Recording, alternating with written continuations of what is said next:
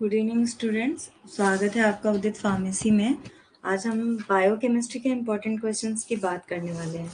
ठीक है, तो बायोकेमिस्ट्री में आपके टोटल चैप्टर्स जो हैं, introduction to biochemistry, carbohydrate, protein, lipids, nucleic acid, enzyme, vitamin, metabolism और minerals, water and electrolytes, introduction to biotechnology, organs, function test, introduction to pathology of blood and urine. आपके कुल 13 chapters हैं बच्चों। तो इसमें हम लोग क्या पढ़ने वाले हैं, तो मतलब क्या इम्पोर्टेंट है इसके लिए, आज तो ये डिस्कस करेंगे। पढ़ाई तो बाद में होगी, बाकी आपके रिकॉर्डेड लेक्चर्स हैं, आप उनसे पढ़ सकते हैं। तो जो आपका कार्बोहाइड्रेट है, सबसे पहली जो यूनिट है इंट्रोडक्शन टू बायोकेमिस्ट्री, अगर आप नोट कर सकते हैं तो बहुत अच्छा रहेगा। नहीं करना चाहते हैं तो ये रिकॉर्ड रहेगा वीडियो, आप यहाँ से सुन सकते हैं। सबसे पहली बात तो अगर शॉर्ट क्वेश्चंस का है तो कुछ पता नहीं है कहाँ से भी आ जाए, लेकिन लॉन्ग क्वेश्चन में आपका कार्बोहाइड्रेट हर बार आता ही आता है। तो आपका जो इम्पोर्टेंट क्वेश्चन इसमें सबसे पहला तो है कि स्कोप ऑफ बायोकेमिस्ट्री।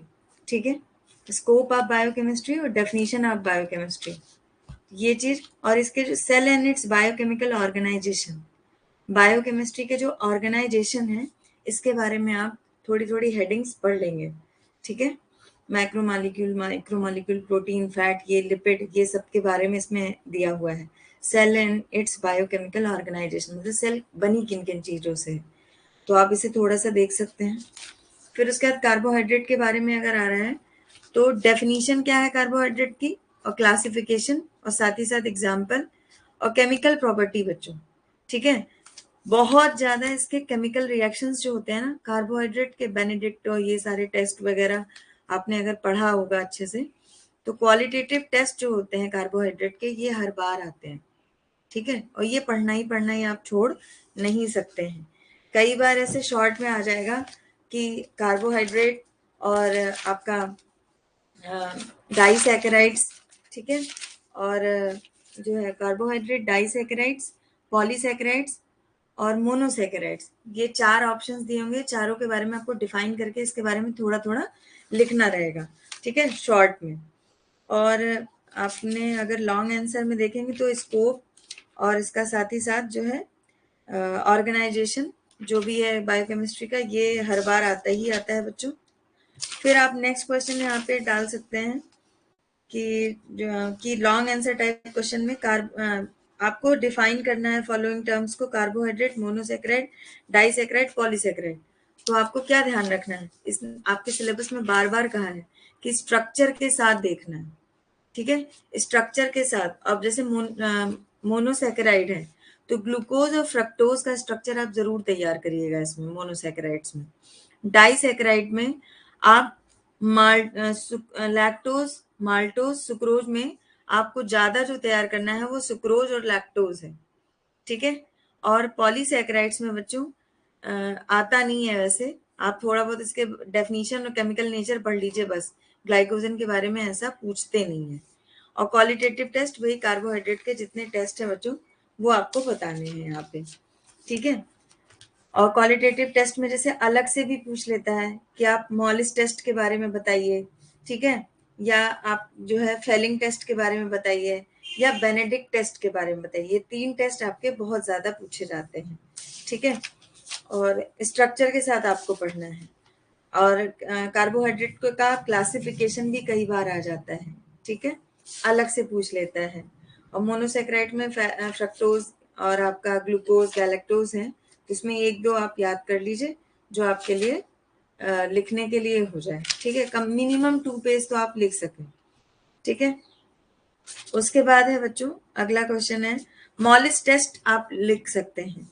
ठीक है, ये भी कार्बोहाइड्रेट के लिए होता है, ये भी पूछा जा सकता है। ठीक है, और ये बैरफोर्ड टेस्ट वगैरह पूछते नहीं हैं, लेकिन अगर आप 3-4 टेस्ट याद कर लेते हैं, मॉलिस टेस्ट और आपका जो है क्या कहते हैं फेलिंग टेस्ट, बेनेडिक्ट टेस्ट, ठीक है, तो 100% आप इसे लिख देंगे क्वालिटेटिव टेस्ट में, तो आपको मार्क्स भी मिल जाएंगे और ये नाम से भी पूछे जाते हैं। ठीक है, फिर बायोलॉजिकल रोल क्या है कार्बोहाइड्रेट का, कि आपके शरीर पे इसका क्या क्या रोल है, कार्बोहाइड्रेट आपके शरीर में क्या क्या करता है, तो ये कभी कभी शॉर्ट में पूछते हैं, तो आप इसमें छोड़ नहीं सकते हैं कार्बोहाइड्रेट को। ठीक है, आपका सेकेंड ईयर भी मतलब डी फॉर्म सेकेंड ईयर है, फर्स्ट ईयर तो है नहीं कि आपको बहुत ज़्यादा छूट मिलेगी, तो पढ़ना तो है, भले आप शॉर्ट में पढ़ें। ठीक है, अगला आपका आता है प्रोटीन बच्चों। इसमें भी वही है कि प्रोटीन की डेफिनेशन, क्लासिफिकेशन, ठीक है, protein based on composition, solubility with example आपको देनी है। तो यहाँ पे सबसे पहले प्रोटीन को डिफाइन करना है, अमीनो एसिड को डिफाइन करना है, ऐसा पूछ सकते हैं आपसे। प्रोटीन के एग्जाम्पल क्या क्या हो सकते हैं, ठीक है, और साथ ही साथ अगर ये पूछ सकते हैं कि कौन सी डिजीज है जो प्रोटीन की कमी से, माल न्यूट्रिशन से, अगर किसी व्यक्ति को प्रोटीन खाने में अच्छे से नहीं मिल रहा है तो कौन कौन सी डिजीज होती है। तो उसमें क्वासिरकोर अलग से पूछ लेता है, मेरस्मस अलग से पूछ लेता है बच्चों। ठीक है, ये दोनों मेरस्मस और क्वासिरकोर पे नाम से भी पूछ लेता है, या disease related to malnutrition of protein ऐसे करके पूछ लेता है।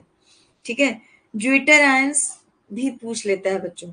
ठीक है, ज्विटर आयन करके एक क्वेश्चन है आपका इसी प्रोटीन में, ये पूछा जाता है, तो इसको आप तैयार कर सकते हैं। ठीक है, फिर classify protein based on composition, जैसे प्रोटीन कितने टाइप के हैं, fibrous, globular, simple, conjugated, derived. तो क्लासिफिकेशन प्रोटीन का केमिकल कंपोजिशन के हिसाब से और सॉल्युबिलिटी के हिसाब से, दोनों के हिसाब से आपको बेटा पढ़ना है। ठीक है, प्रोटीन भी बहुत इंपॉर्टेंट है, आप छोड़ तो नहीं सकते हैं। ठीक है, और क्लासिफाई अमीनो एसिड्स, आप इसे छोड़ सकते हैं, कोई दिक्कत नहीं है। आप प्रोटीन का कंपोजिशन के बेस पे और सॉल्युबिलिटी के बेस पे क्लासिफिकेशन लिखिए, और आप अमीनो एसिड नहीं भी याद कर रहे हैं तो चलेगा। ठीक है, उसके बाद है बायोलॉजिकल फंक्शन क्या है प्रोटीन के, ये पूछा जाता है बच्चों।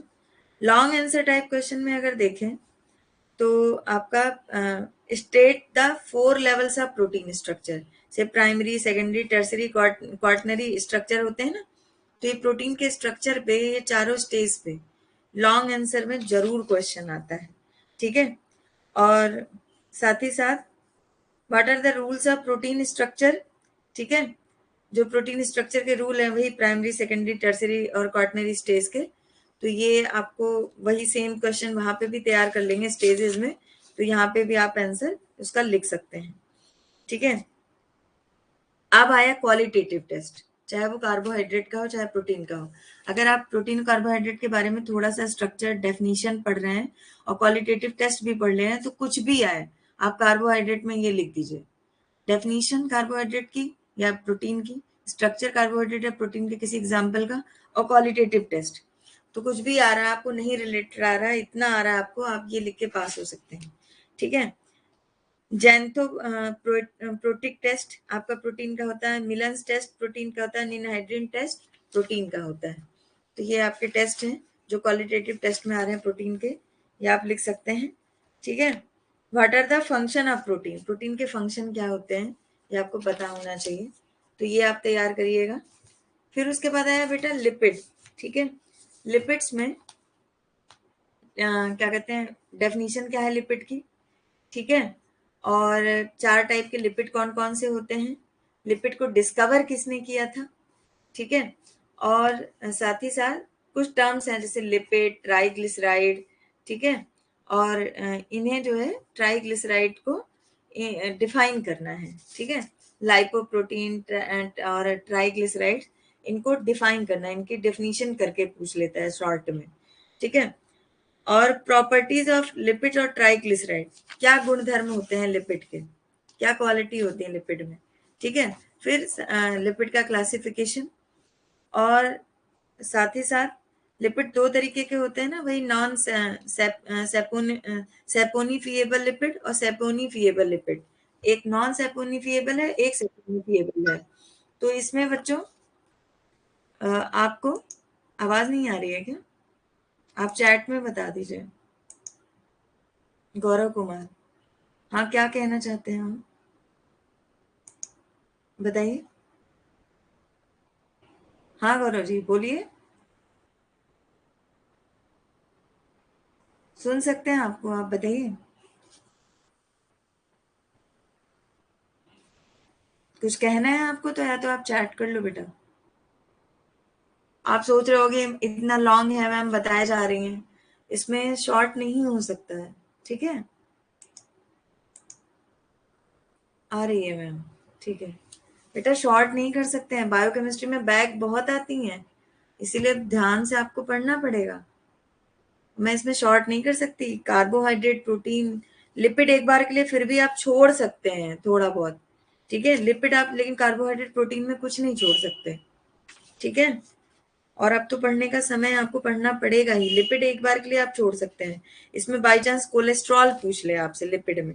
ठीक है, लिपिड में आपसे ये पूछ सकता है कि ऑयल्स एंड फैट में डिफरेंस क्या है, ऑयल और फैट में। ठीक है, और साथ ही साथ आपसे ये पूछ सकता है कोलेस्ट्रॉल क्या होता है, और क्वालिटेटिव टेस्ट ऑफ लिपिड।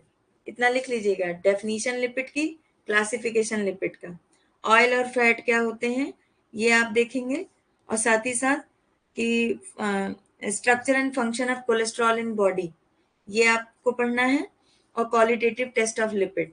तो आपकी 4th यूनिट का ही हो गया। अब आया न्यूक्लिक एसिड बेटा।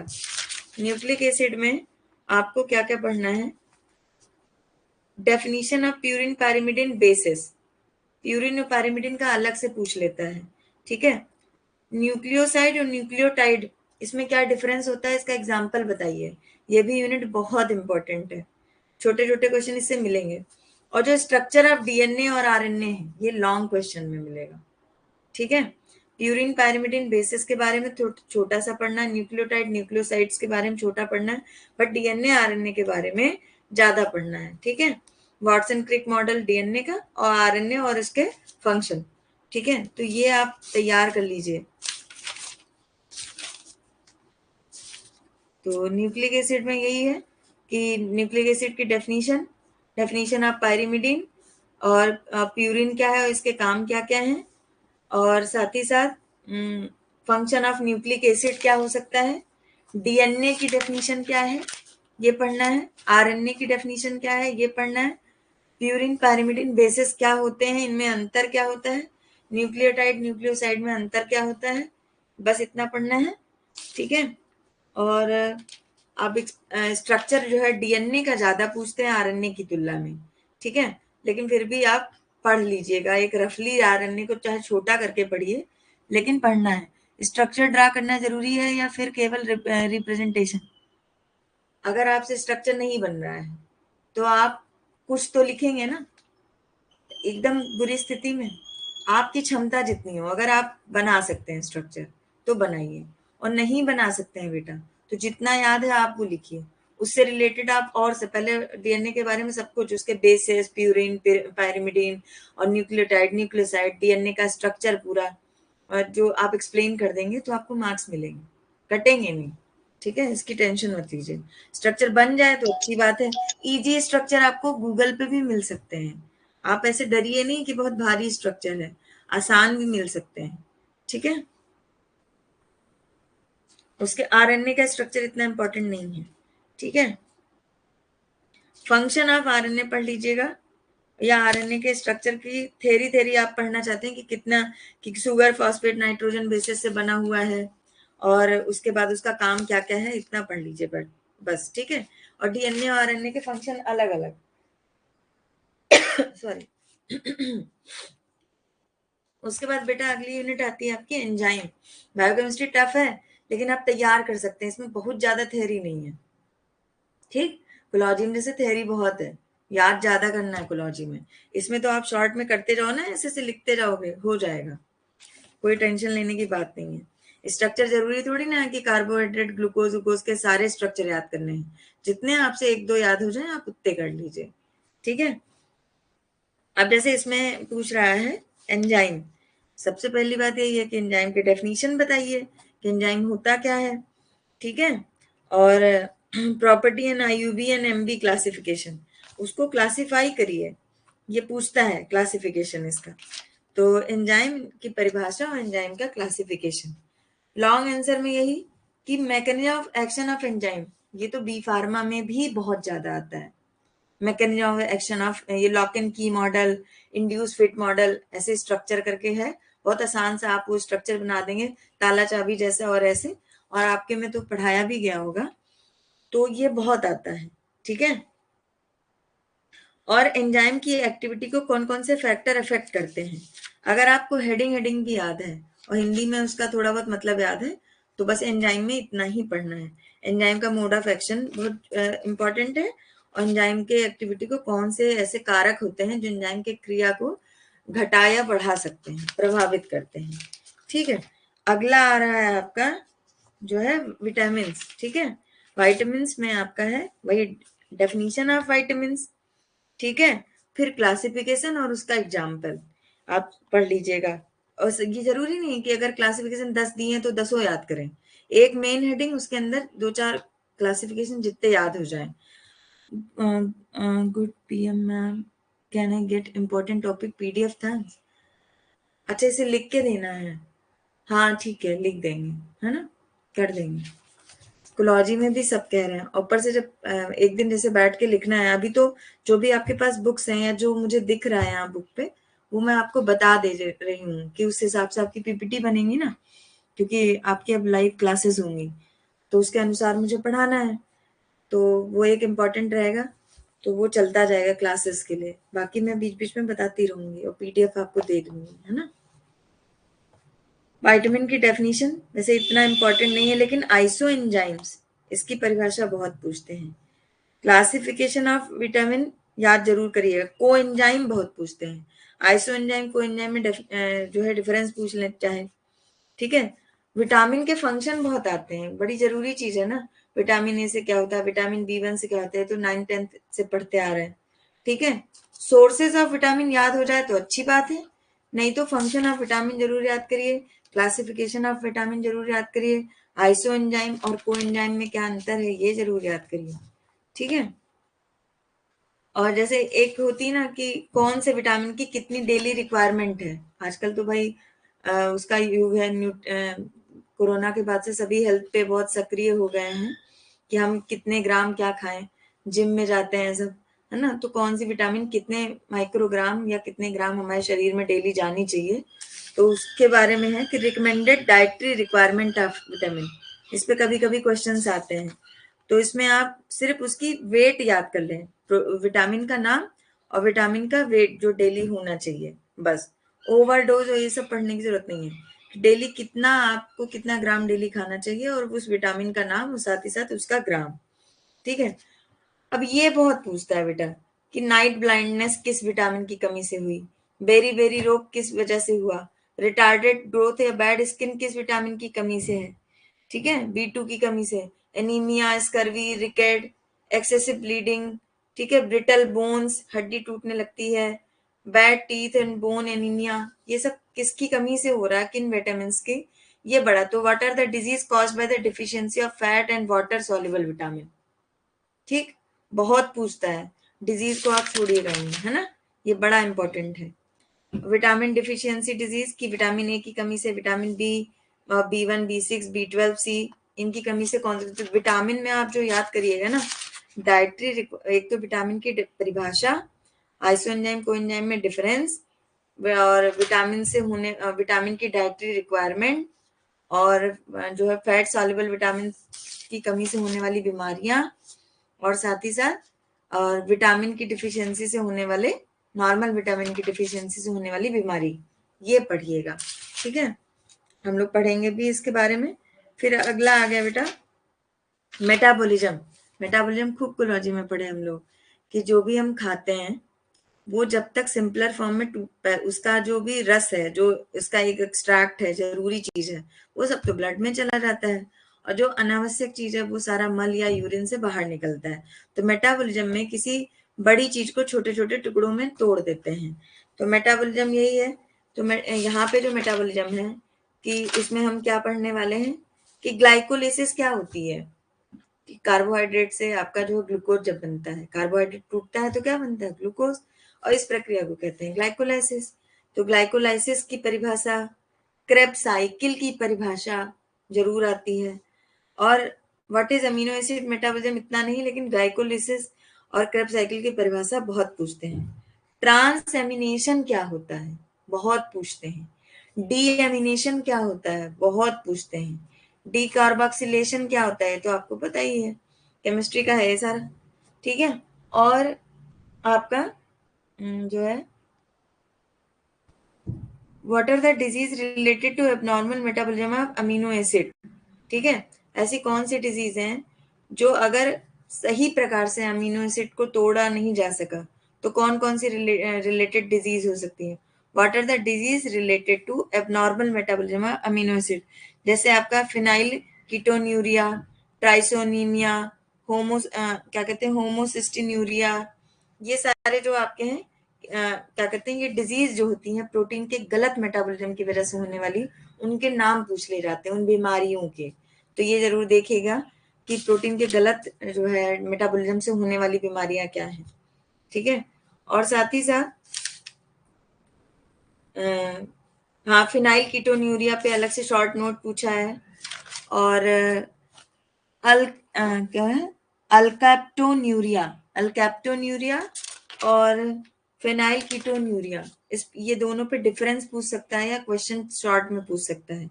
ठीक है, ग्लाइकोलिसिस बच्चों बी फॉर्म में तो बहुत आता है और डी फॉर्म में भी आने के पूरे चांसेस हैं।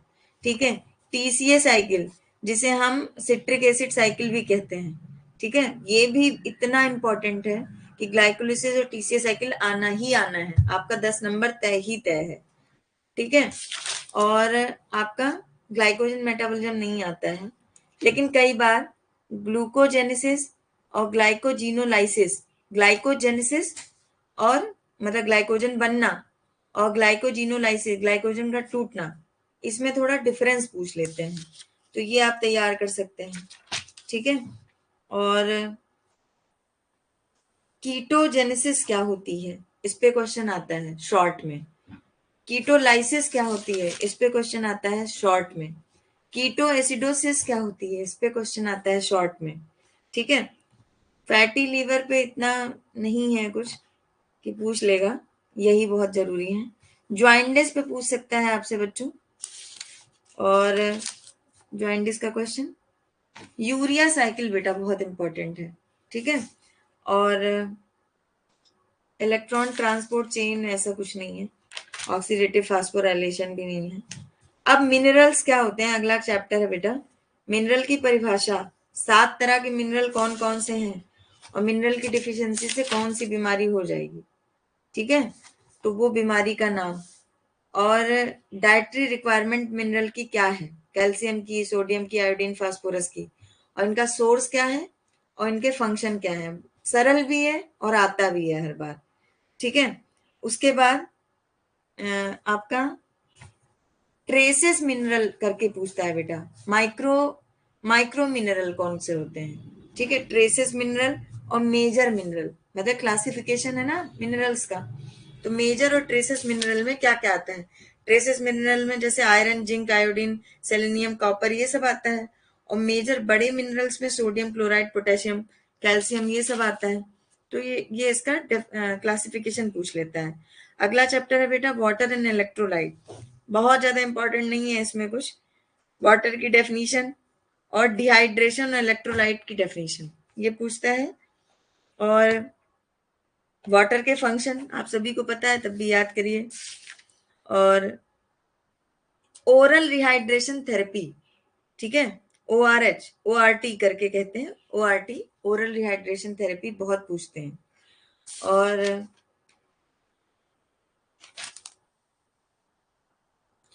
Electrolyte composition of body fluid बेटा, मतलब हमारा जो शरीर में पानी है उसमें कौन कौन से केमिकल तत्व से मिलकर वो बना हुआ है, जैसे sodium, potassium, calcium, magnesium bicarbonate, ये सब कितनी चीजों से मिलकर बना हुआ है।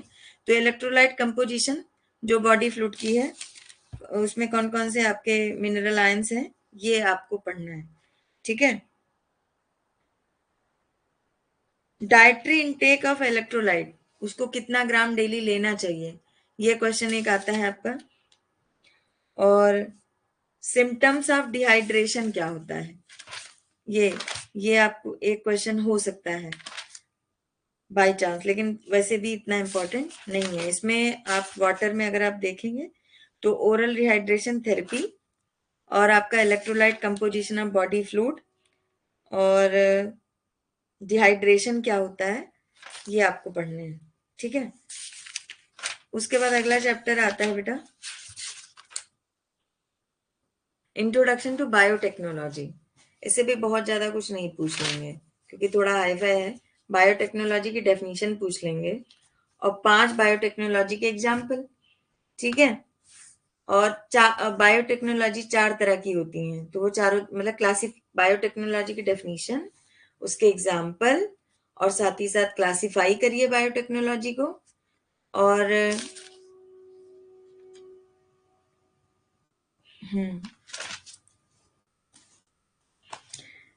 डीएनए टेक्नोलॉजी क्या होती है ये पूछ सकते हैं, इंपॉर्टेंट है बस, और इसमें कुछ भी इंपॉर्टेंट नहीं। अब आया आपका अगला चैप्टर बेटा ऑर्गन फंक्शन टेस्ट। ठीक है। ऑर्गन फंक्शन टेस्ट, इसमें ये इस पे बहुत सारे क्वेश्चन बन सकते हैं। किडनी फंक्शन के 2 टेस्ट का नाम बताइए। ठीक है। नॉर्मल, हाँ, किडनी फंक्शन के 2 टेस्ट का नाम बताइए। क्रिएटिनिन का लेवल कितना होना चाहिए। 3 लीवर फंक्शन टेस्ट के नाम बताइए। ठीक है। और वीएलडीएल एलडीएल में क्या डिफरेंस है ये बताइए। लिपिड प्रोफाइल हाई कब कही जाएगी ये बताइए। लीवर का डायग्राम बनाइए और उसके फंक्शन लिखिए। किडनी का डायग्राम और उसके फंक्शन लिखिए। ठीक है। और लीवर टेस्ट को लीवर का टेस्ट करने के लिए उसका फंक्शन सही से हो रहा है कि नहीं।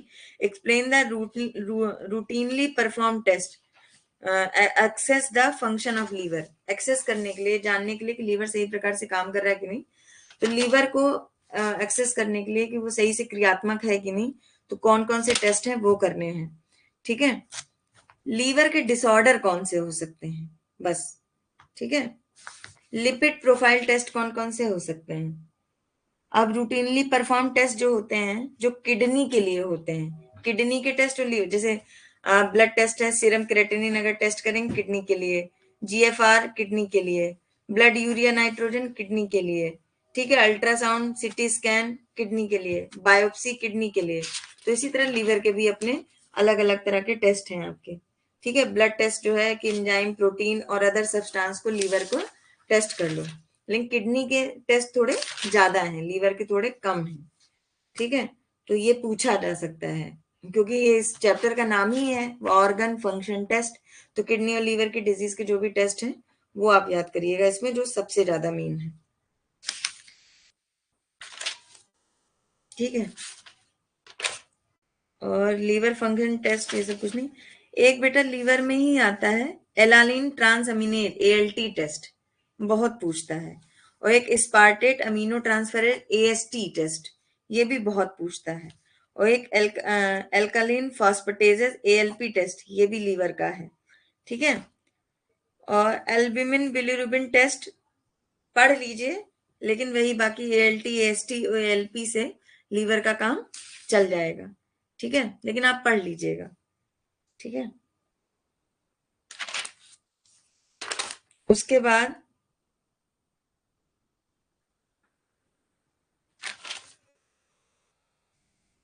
लिपिड प्रोफाइल टेस्ट जो जो हैं, टोटल कोलेस्ट्रॉल, लो एलडीएल, एचडीएल, ट्राइग्लिसराइड, नॉर्मल। तो लिपिड प्रोफाइल टेस्ट, किडनी का टेस्ट और लीवर का टेस्ट, ये आप याद कर लीजिएगा हेडिंग वाइज अच्छे से। तो बायोकेमिस्ट्री यकीन मानिएगा इतना टफ नहीं है बायोकेमिस्ट्री। बायोकेमिस्ट्री कोलॉजी का सिलेबस थोड़ा बड़ा है, लेकिन इसका इतना टफ नहीं है। अगर आप स्टार्ट करें, पीछे से भी स्टार्ट करेंगे ना चैप्टर, लेकिन आप स्टार्ट आगे से ही करिएगा क्योंकि कार्बोहाइड्रेट, विटामिन और डीएनए, डीएनए तक आप अगर एक बार अभी तैयार कर लेना तो आप पास होने के बहुत करीब है। आगे आप धीरे धीरे पढ़ते जाएंगे ना रोज की लाइव क्लासेस के हिसाब से, तो आप फेल नहीं हो सकते। ठीक है बच्चों। तो कल दूसरे सब्जेक्ट का इम्पोर्टेंट बताएंगे, और इसका जो है इम्पोर्टेंट टॉपिक का पीडीएफ जियाउद्दीन जी मैं बनाऊंगी, है ना। ठीक है। Thank you.